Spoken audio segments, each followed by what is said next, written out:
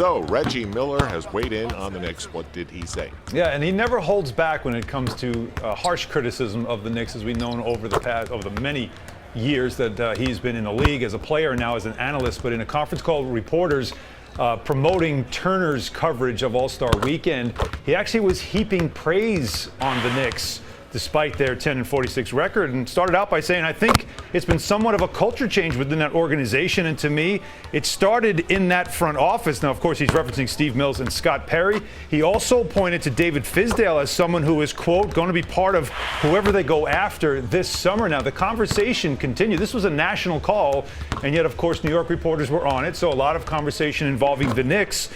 And Chris Webber, who's also a Turner analyst, said that the Knicks, he feels like that, quote, seems like they're on a path to consistency, and that he would not be surprised if New York landed a marquee free agent this summer. He said, quote, I wouldn't be surprised at all. But Reggie Miller went on to warn about the use of the cap space, that you can't use it on the wrong free agents. A lot of fans have been echoing that for sure on social media.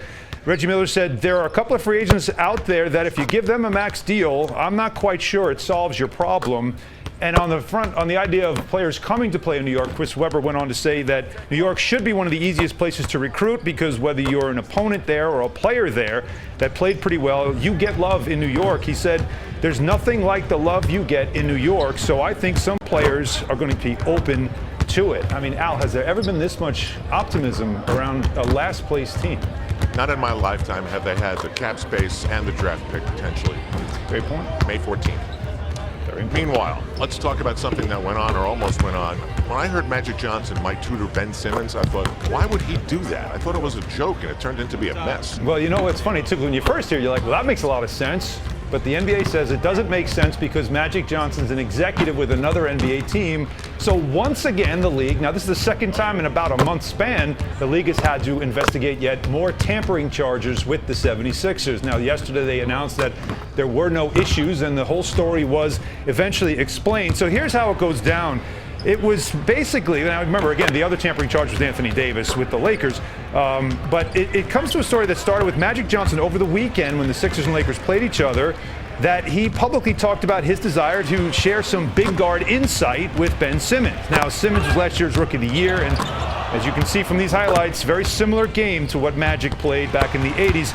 Elton Brand, who's the GM of the Sixers, calmed down any of the talk about tampering because he explained that it was actually Simmons who reached out through a Sixers intermediary to a Lakers intermediary who wanted to see if he could work with some Hall of Famers in the offseason, one of them being Magic Johnson. So Rob Pelinka, the GM of the Lakers, reached out to Elton Brand asking permission to see if Magic can work with him, if they can arrange it for the offseason. Elton Brand said no. He denied it. He said that cannot happen, of course.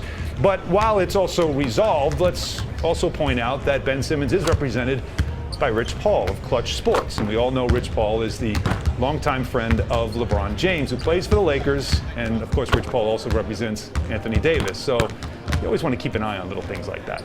And I read where Ben Simmons walked into the locker room yesterday and said to his teammates, wow, I've heard it from Magic 10 times already. Hey, he's having fun with it. We have a new nickname, Mitchell Robinson, and I love it. Yeah, that's a good one, right? It came from a Twitter user. We'll get to that in a moment. But Mitchell Robinson had 4 more dunks the other night in Cleveland. It raised his total to 61 on the season. Now, that's the most by a Knick this season. Now, I mean, for the entire season, DeAndre Jordan has 136, but most of them came with the Dallas Mavericks. But he does have the second most dunks among rookies behind DeAndre Ayton of the Suns, who has 103 in way more games and way more minutes per game. Now, for perspective, Giannis Antetokounmpo leads the NBA with 200, so there's a lot more to go for Mitchell Robinson. But at over 1.5 dunks per game, he's on pace for the most dunks by a Knick in 6 years. And these alley-oops we're seeing here, Mitchell Robinson, as you mentioned, was something that was sent in to me via Twitter from Fausto Lozada. So I wanted to give him credit for that because I think it's actually a pretty good one.